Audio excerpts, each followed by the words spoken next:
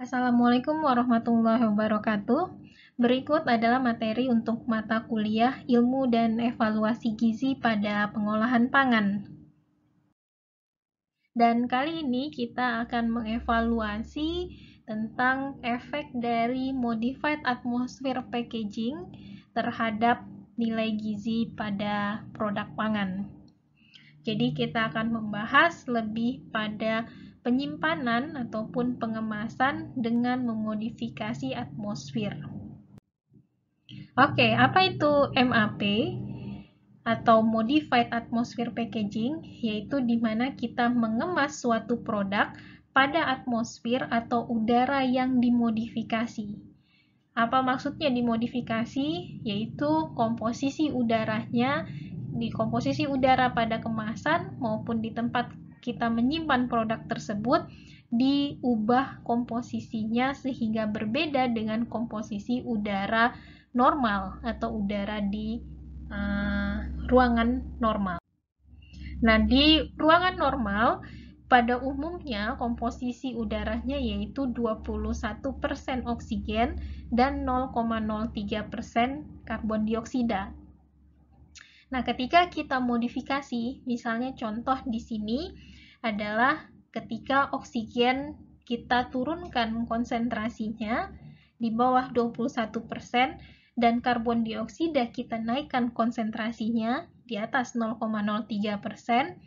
maka kita bisa menghambat terjadinya pematangan pada buah-buahan. Terus juga kita bisa menurunkan kemungkinan terjadinya kerusakan pada kulit, misalnya seperti kulit pisang yang ada bintik-bintik hitam atau kecoklat-coklatannya. Terus juga dengan kita memodifikasi komposisi udara ini, kita juga bisa menghambat pertumbuhan mikroba patogen. Nah, itu gambaran umum dari MAP, yaitu kita modifikasi komposisi udara di kemasan maupun di tempat kita menyimpan sehingga komposisi udaranya berbeda dengan komposisi udara normal. Nah, ada dua istilah yang biasa digunakan terkait dengan atmosfer yang dimodifikasi ini, yaitu yang pertama kontrol atmosfer dan modified atmosfer. Bedanya apa? Di kontrol atmosfer, komposisi udaranya benar-benar kita kontrol. Jadi persentasenya benar-benar di set gitu ya. Harus misalnya oksigennya 5%, karbon dioksidanya 20% misalnya. Jadi benar-benar terkontrol selama penyimpanan. Kalau modified atmosphere itu komposisinya diubah tapi tidak terkontrol. Jadi misalnya kita ubah komposisinya tadi ya, kita naikkan karbon dioksidanya. Tapi selama penyimpanan mungkin saja dia berubah. Entah itu karena sifat plastiknya yang ada pori-porinya walaupun sangat kecil sehingga udara akan komposisinya akan secara natural berubah karena ada udara luar yang masuk dan udara di dalam kemasan keluar. Atau bisa juga karena aktivitas respirasi dari produk itu sendiri. Misalnya seperti produknya adalah produk buah-buahan maupun sayur-sayuran yang masih bernafas. Respirasi seperti kita ketahui yaitu mengambil oksigen dan mengeluarkan karbon dioksida. Jadi kalau produk kita yang kita simpan adalah produk yang masih bernafas, maka semakin lama kadar oksigen akan semakin menurun dan kadar karbon dioksida akan meningkat. Jadi komposisinya tidak sama lagi dengan yang kita set di awal. Itu modified atmosphere. Tapi pada kesempatan ini, yang ketika kita membahas tentang MAP, itu maksudnya juga bisa masuk yaitu kontrol atmosfer. Walaupun secara teknis ini kedua hal yang agak berbeda. Yang kontrol atmosfer komposisi udaranya terkontrol, yang modified tidak terkontrol. Tapi dua-duanya sama-sama dimodifikasi udaranya sehingga berbeda dari komposisi udara normal. Jadi kita untuk memudahkan disatukan sebagai modified atmosphere packaging. Nah, biasanya baik controlled atmosphere maupun modified atmosphere, ini biasanya digabungkan dengan cold storage atau penyimpanan dingin untuk lebih meningkatkan efektivitasnya dalam meningkatkan umur simpan. Tapi tidak harus, karena modified atmosphere itu sendiri idenya adalah untuk meningkatkan umur simpan walaupun dia disimpan di suhu ruang. Ini contoh gambaran dari bagaimana perbandingan umur simpan antara produk yang disimpan di modified atmosphere dengan disimpan di udara normal atau biasa. Yang di udara normal itu atau air, dan yang di kemasan yang dimodifikasi itu adalah MA. Nah, terlihat di sini pada suhu 20 sampai 25 derajat Celcius atau di suhu ruang, MA produk yang dikemas dengan modified atmosphere memiliki umur simpan yang lebih panjang daripada yang disimpan di suhu ruang, di udara normal atau di air. Nah, ketika produk tersebut disimpan di optimum temperature, dalam hal ini adalah di suhu yang dingin, misalnya di dalam kulkas, maka kedua produk ini, baik yang disimpan di udara normal maupun yang di MA, sama-sama meningkat umur simpannya. Tapi umur simpan yang MA tetap lebih lama dibandingkan dengan umur simpan yang air atau yang di udara normal. Nah, ini beberapa daftar keunggulan ketika kita simpan produk kita dalam kondisi CA maupun MA. Dan beberapa sudah dijelaskan sebelumnya ya. Yang pertama yaitu kita menghambat terjadinya pembusukan maupun pematangan pada produk, misalnya di buah-buahan. Terus yang kedua menghambat efek dari etilen. Etilen itu adalah gas yang diproduksi oleh buah-buahan yang men-trigger atau membuat buah menjadi matang. Jadi kalau kita ingin memeram buah yang tadinya masih mentah, itu bisa cepat matangnya kalau ditambahkan dengan gas etilen atau kita dekatkan dengan buah lain yang memproduksi gas etilen. Nah, si modified atmosphere ini bisa menghambat efek dari etilen sehingga tadi dia menghambat terjadinya pematangan pada buah. Terus yang ketiga, mereduksi kerusakan-kerusakan fisiologis dari produk. Terus yang keempat, menghambat pertumbuhan mikroba patogen. Dan yang kelima, juga bisa digunakan untuk mengontrol serangga yang ada pada produk supaya serangganya tidak berkembang biak di produk tersebut. Nah, berikut adalah beberapa jenis dari kemasan yang menggunakan teknik MAP atau Modified Atmosphere Packaging. Yang pertama adalah vacuum packaging atau kemasan vakum, di mana seluruh udara itu dihilangkan dari kemasannya. Jadi tidak ada oksigen, tidak ada karbon dioksida, dan tidak ada nitrogen di kemasan tersebut. Jenis yang kedua yaitu pasif MAP, di mana atmosfer atau udara dalam kemasan tersebut dimodifikasi oleh produknya. Jadi bukan kita secara aktif memodifikasi, tapi produk yang memodifikasi kondisi udara di kemasan tersebut. Contohnya seperti yang dijelaskan sebelumnya, ketika kita mengemas misalnya buah-buahan ataupun sayuran yang masih bernafas, kita kemas dalam suatu kemasan plastik, di mana kita tahu bahwa pertukaran udara di kemasan plastik itu sangat terbatas. Nah, ketika si produk bernafas, maka oksigen dari kemasan dia ambil. Berarti oksigen akan menurun. Terus karena dia bernafas mengeluarkan karbon dioksida, maka kadar karbon dioksida di dalam kemasan tersebut juga akan meningkat. Inilah yang disebut dengan pasif MAP. Terus yang ketiga, kebalikannya pasif MAP, itu kita secara sengaja menyuntikkan atau memasukkan udara atau gas tertentu di dalam kemasan. Misalnya kita tambahkan oksigen, atau kita tambahkan karbon dioksida, atau kita tambahkan nitrogen. Terus yang keempat adalah active packaging. Nah, di sini maksudnya active adalah kemasan itu sendiri yang memodifikasi udara. Jadi bukan produknya, bukan orang pertama kali menambahkan udara, tapi di dalam kemasan tersebut bisa menghasilkan gas atau menyerap gas sehingga udara di dalam kemasan tersebut termodifikasi secara terus-menerus. Contohnya bisa kita tambahkan di sana adalah bahan yang penyerap oksigen, sehingga kalaupun ada oksigen yang masuk dari dari luar kemasan karena ada pori-pori di kemasan tersebut, maka oksigen akan terserap.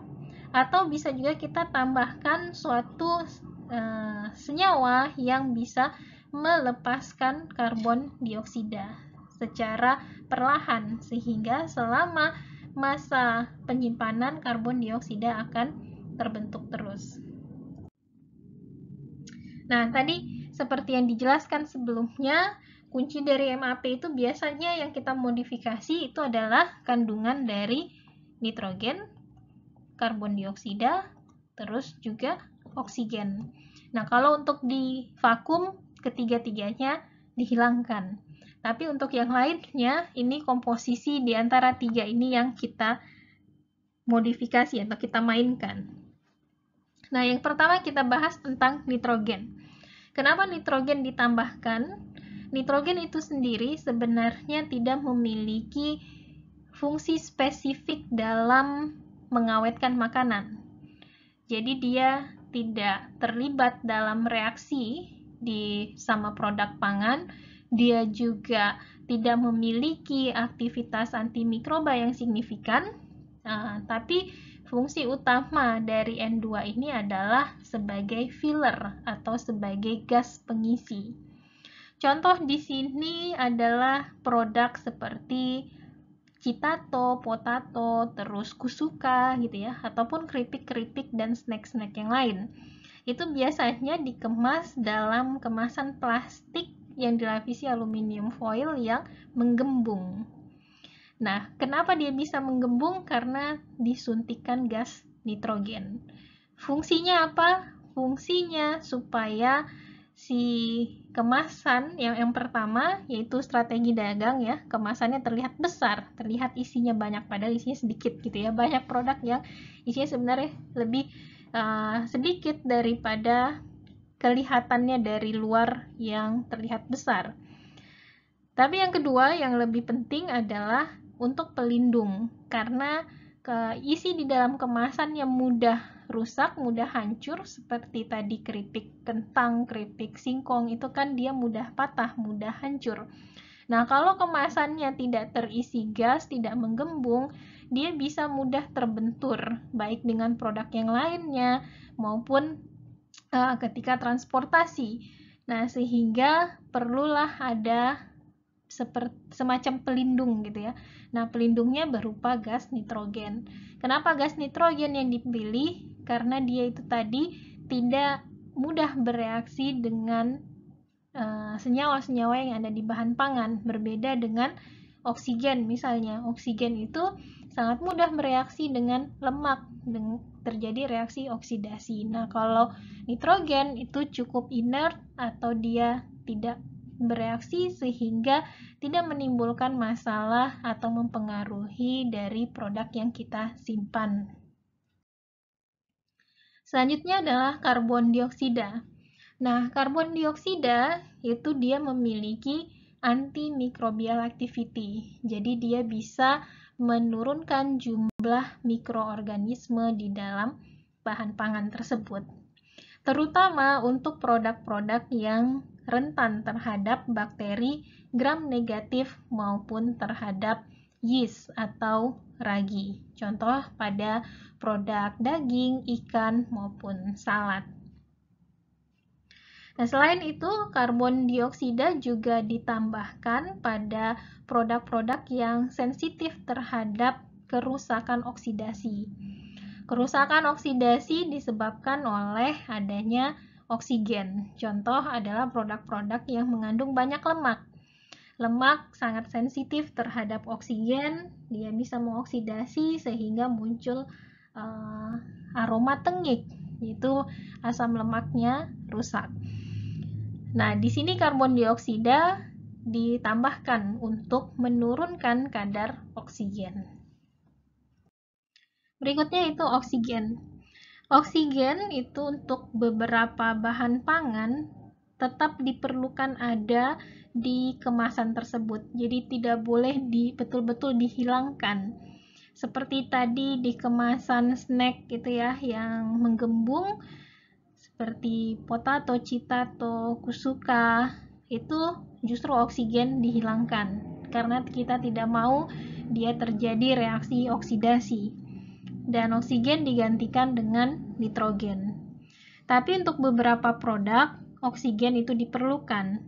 Contoh pertama untuk produk daging segar. Oksigen itu sangat diperlukan untuk menjaga warna merah daging. Jadi daging itu bisa warnanya merah gitu ya, merah segar itu karena ada mioglobin. Nah, mioglobin ketika dia kehilangan oksigennya, maka dia berubah menjadi metmioglobin yang warnanya berubah dari merah menjadi coklat. Nah, sebenarnya mutu dari dagingnya ini tidak berubah. Kalau nanti dagingnya dikeluarkan dari kemasan yang kekurangan oksigen tadi ke udara normal, di mana di situ ada oksigen, maka warna merahnya akan kembali. Tapi konsumen tidak semuanya paham akan hal ini, sehingga dianggap bahwa produk yang berwarna coklat itu artinya dagingnya sudah rusak, sehingga dia akan enggan untuk membeli produk tersebut. Nah, oleh karena itu, oksigen tetap dibiarkan ada di dalam kemasan atau bahkan ditambahkan di kemasan untuk menjaga warna merah daging. Nah, efeknya sebenarnya menurunkan umur simpan, jadi reduce the shelf life. Karena keberadaan oksigen di produk daging segar ini meningkatkan pertumbuhan mikroorganisme.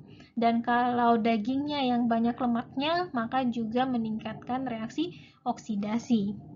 Akan tetapi, kenapa tetap kita jaga supaya ada oksigen di kemasan adalah logikanya untuk apa kita memiliki produk yang umur simpannya lama tapi tidak laku dijual. Lebih baik umur simpannya menurun tapi laku dijual sehingga sebelum dia rusak sudah di tangan konsumen dan sudah diolah. Terus yang kedua, peran oksigen itu juga bisa menghambat reduksi dari trimethylamine oxide atau TMAO pada produk ikan laut. Jadi TMAO ini berfungsi sebagai osmoregulator atau yang mengatur tekanan osmosis pada ikan. Nah, pada kondisi kadar oksigen rendah, itu mikroorganisme akan mereduksi TMAO menjadi TMA atau trimetilamin. Nah, trimetilamin ini menyebabkan timbulnya aroma amis pada ikan. Nah, kita tidak ingin produk kita beraroma amis sehingga dianggap rusak, maka kita harus menjaga konsentrasi oksigen pada kemasan ikan tersebut. Terus yang ketiga, oksigen itu juga perlu dijaga keberadaannya di kemasan untuk agar tidak terjadi respirasi anaerobik atau pernafasan anaerob. Ini terutama untuk fresh produce atau fresh produce ini contohnya adalah buah-buahan dan sayur-sayuran yang masih bernafas selama penyimpanan. Nah, kalau tidak ada oksigen, maka si buah-buahan dan dan sayur-sayuran tadi terpaksa harus melakukan proses respirasi tanpa oksigen. Itu disebut dengan anaerobic respiration. Nah, ketika tidak ada oksigen tapi dia tetap harus berrespirasi, maka akan terbentuklah produk-produk yang menyebabkan aroma yang tidak sedap, seperti senyawa-senyawa etanol, asetaldehid, dan ini akan merusak produk. Oleh karena itu, tetap dibutuhkan adanya oksigen.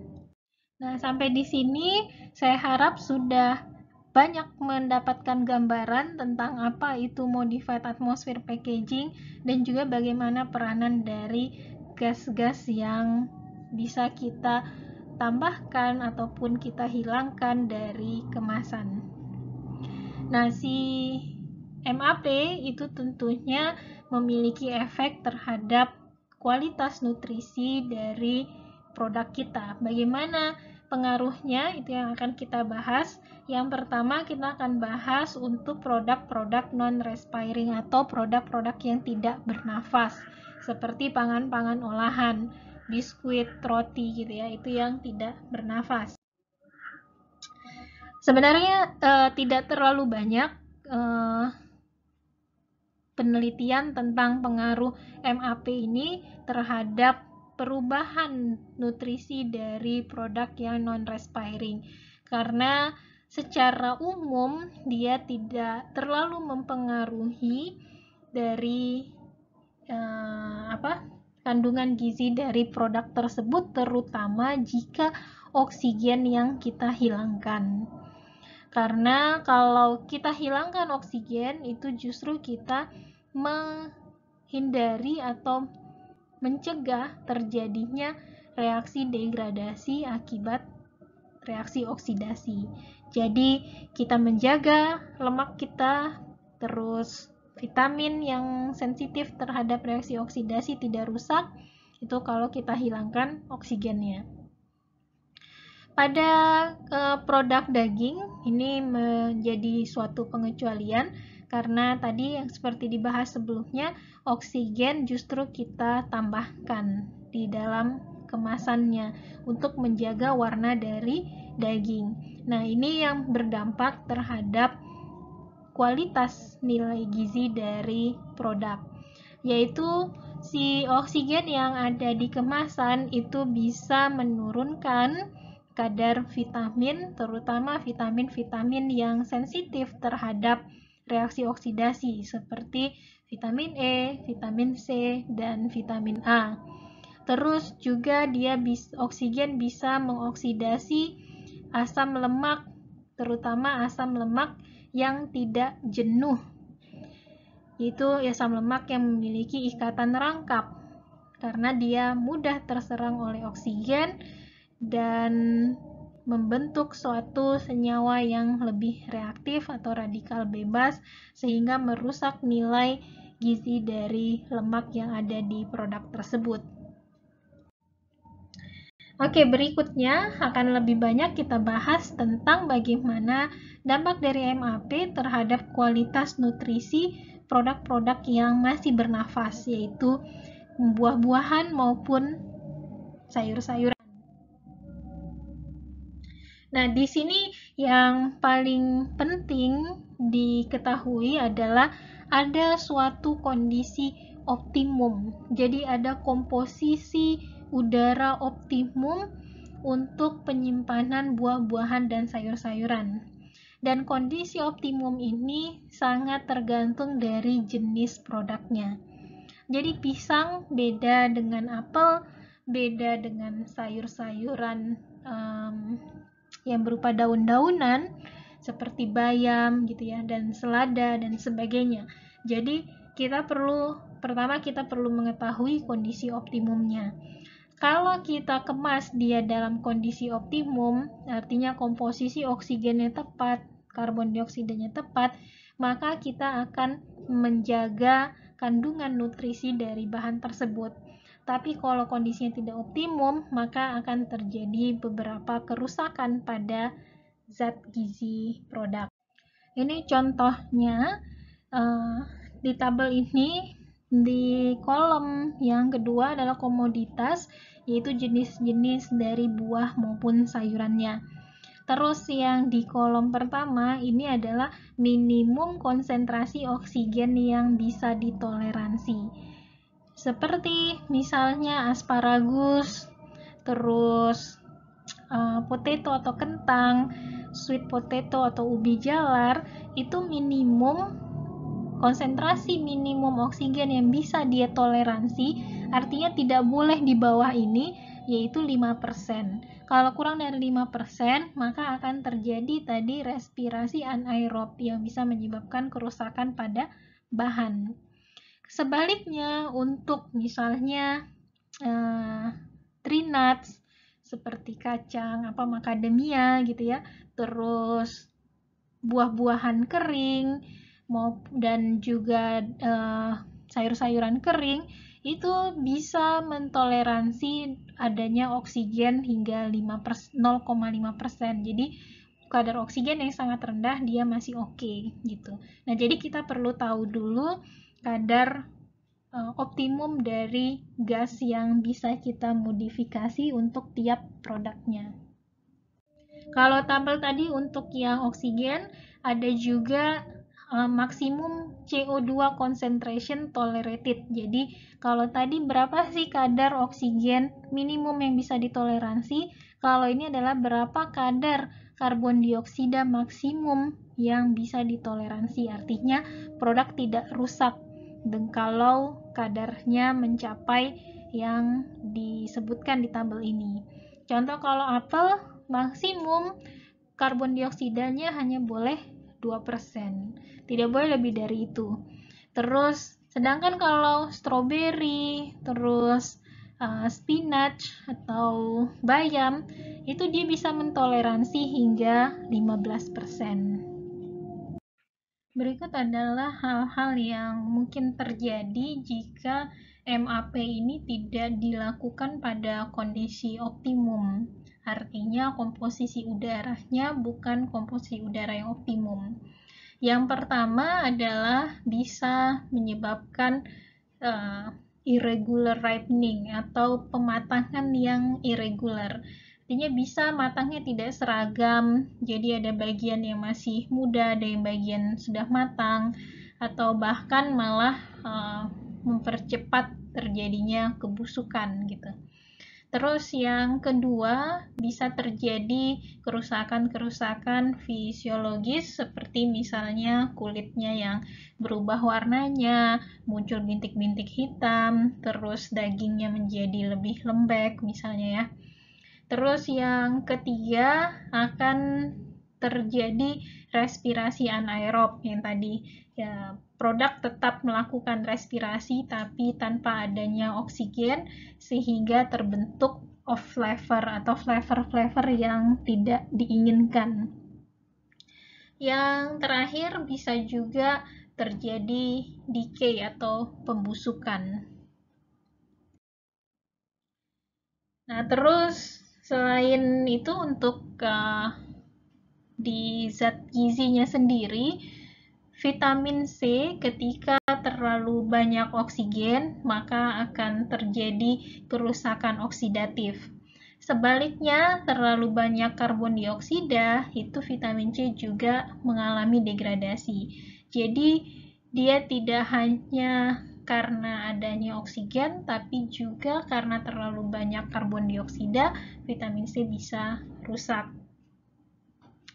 Terlalu banyak karbon dioksida bisa menurunkan kadar vitamin C karena terjadinya peningkatan produksi etilen. Nah, peningkatan etilen ini akan meningkatkan aktivitas dari askorbat peroksidase. Askorbat peroksidase adalah enzim yang mengkonversi asam askorbat itu vitamin C, menjadi bentuk yang tidak stabilnya, yaitu dehydroascorbic acid atau DHA. Nah, karena dia bentuk yang kurang stabilnya, DHA ini merupakan bentuk kurang stabil dari vitamin C, maka dia akan lebih beresiko untuk mengalami kerusakan. MAP juga bisa berdampak pada carotenoids. Carotenoids ini adalah provitamin A. Ingat, provitamin itu adalah senyawa yang bisa diubah oleh tubuh menjadi vitaminnya itu sendiri. Jadi kalau provitamin A, maka dia bisa diubah oleh tubuh menjadi vitamin A, sehingga dia bisa mempunyai fungsi seperti vitamin A. Nah, MAP ya dimana kita mereduksi kadar oksigen dan meningkatkan kadar karbon dioksida, itu bisa mengurangi kerusakan provitamin A. Tapi di sisi lain, dengan adanya MAP juga kita menghambat biosintetis dari karotenoid. Jadi karotenoid yang sudah ada bisa terjaga, tapi produksi baru karotenoid selama masa penyimpanan itu juga akan terhenti. Berikutnya adalah dampak MAP terhadap polifenol. Polifenol merupakan suatu antioksidan, walaupun dia bukan zat gizi ya. Jadi tidak semua antioksidan itu merupakan zat gizi. Contoh antioksidan yang merupakan zat gizi yaitu vitamin C, vitamin A, dan vitamin E.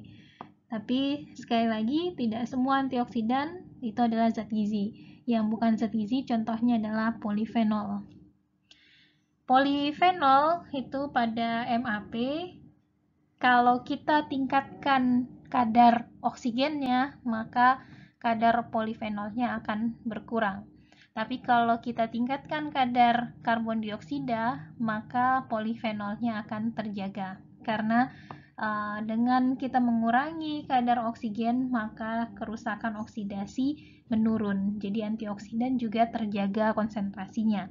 Akan tetapi dengan peningkatan karbon dioksida ini juga menghambat biosintesis dari polifenol. Jadi tidak terjadi peningkatan produksi polifenol selama penyimpanan produk buah-buahan dan sayur-sayuran.